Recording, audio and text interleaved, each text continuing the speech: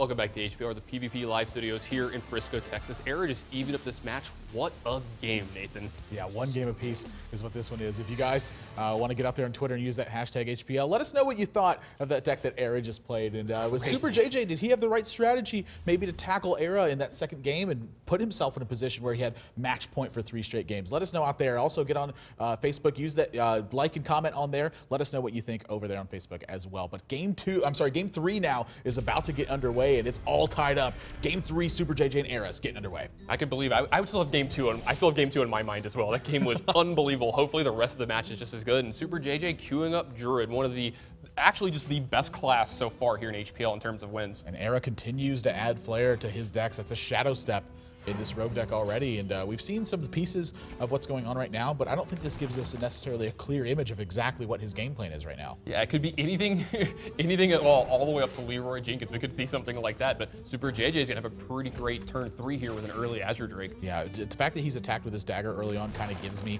an idea that maybe he's looking to be a little bit more aggressive in this match and just happens to not have a ton of aggressive cards in it. Both Innervates and a Wild Growth drawn for Superjj, and this is a wonderful turn for ErA, though. You know, the fact that he's going to be able to take out this Drake and get a threat behind it, always love to see that when you're playing the rogue. Yeah, you just want to stick a minion to the board, control your opponent's side of the board. If you can stick one for a turn or two, it usually spells a lot of wins for you. Things like Tinker, Sharpsword, Oil, stuff like that, you can usually get a ton of damage in, but we're not sure if cards like that are in ErA's deck here. We do see a Shadow Step, so maybe some different stuff is going on. Yeah, so Superjj going to use Innervate to wrath away this SI7 agent, make sure his Pilot Shredder sticks to the board as long as he can. And now how is ErA going to exactly respond to this? You know, has a Sap in his hand, has a Deadly Poison in his hand as well, but he doesn't have a ton of pressure moving forward. Yeah, well, he just picked up an Azure Drake. He's going to be able to add pressure next turn, but speaking of pressure, Superjj's turns so far this game have been great. Turn 3, Azure Drake. Turn 4, Pilot Shredder, Wrath you. Turn 5, another Azure Drake. Just great draws here. And Vitality Totem that's not a great one. Yeah, that's basically a dead drop until we get to a point where, you know, Savage Roar is going to come into the mix here. So Azure Drake, a great minion for him. But Vitality Totem not going to be doing a ton here, and what a pickup from ErA with that preparation has. Whoa! Oh, this is the gang up deck. All right.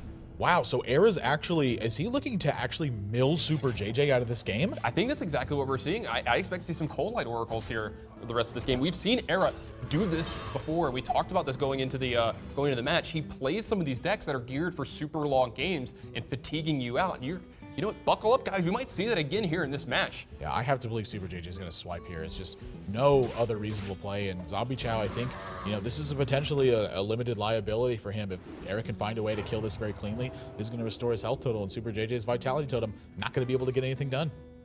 Yeah, this Vitality Totem, I fully expect it at some point in time in this game to attack ErA from something like Force of Nature or Savage Roar, whenever that starts to happen. It's not going to be attacking too soon here because eventually a dagger is going to pick it off. But ErA back up to 29.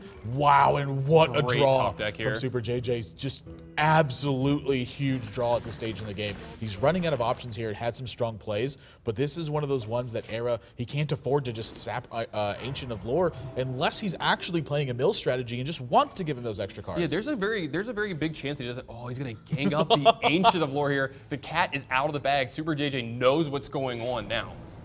Yeah, so we're going to see exactly how ErA chooses to play this one. Looks like he's going to leave this Ancient of Lore on board and just go with the teleport and kind of move forward from here.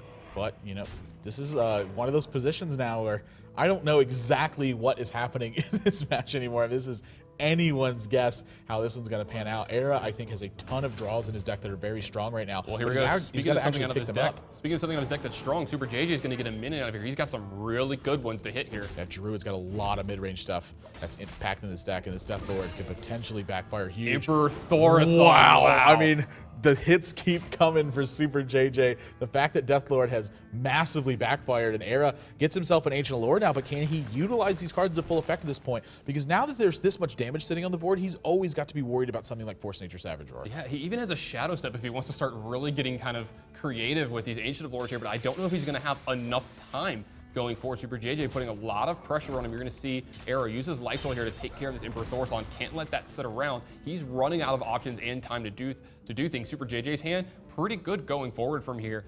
going to be able to put a lot of pressure on ErA for the next couple turns. Yeah, I imagine he feels very comfortable using his own life total to take care of this Ancient Lord. Love that he's recognized this and is playing a little bit more aggressively, sort of in line with that. 5 damage going to come across to ErA's face, and then a Sludge Belcher is potentially added behind this.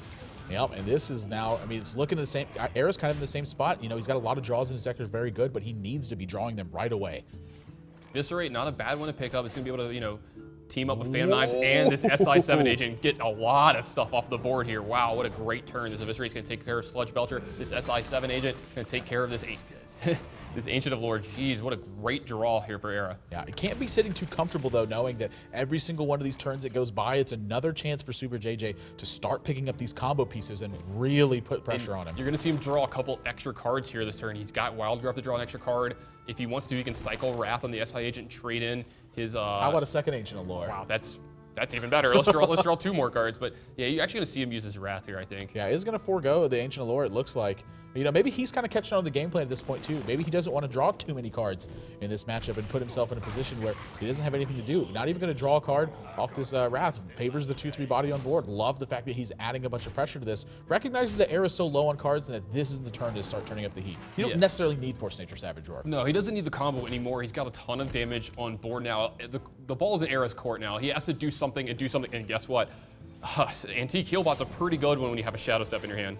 Yeah, I'm curious if he's actually going to end up Shadow Stepping just Antique Healbot. It's such a critical card to couple with something like Cold Light Oracle to make sure that you're getting a ton of card draws out of it. So just going to kind of, you know, sit behind this and try to stifle this pressure and move forward from here. Cenarius gets picked up for Superjj. This has got to be the +2/+2.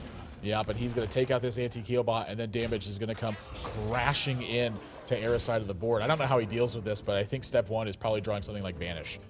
Yeah, and that's not going to do it. He's going to be able to... Superjj actually has lethal on board next turn. ErA kind of ran out of things to do there late in the game. You saw him have a pretty strong opener, but, you know, he drew a lot of gang ups and shadow steps, and not any of the stuff to do with it. He really, really needed a Cold Light Oracle there in the mid to late game and never got one. Yeah, we talked a little bit about how ErA is fearless to play these kinds of combo decks, and you're seeing it once again here. He needs the right combinations of cards to really get this rolling. In this game, he didn't draw them. He didn't have those kinds of options. He was having to make suboptimal plays aside from, you know, SI7 agent plays pretty much across the board. Every single turn wasn't the turn he wanted. Cold Light Oracle, such a critical card to that style of deck to be able to couple it with Shadow Step and get tons of card draw. That's really what he's looking for in that game, and he just didn't have it going for him. Yeah, and you're seeing Superjj stick to his guns, playing these combo decks, and really punishing ErA for bringing anything that's a little, you know, untested or unconventional here to HPL.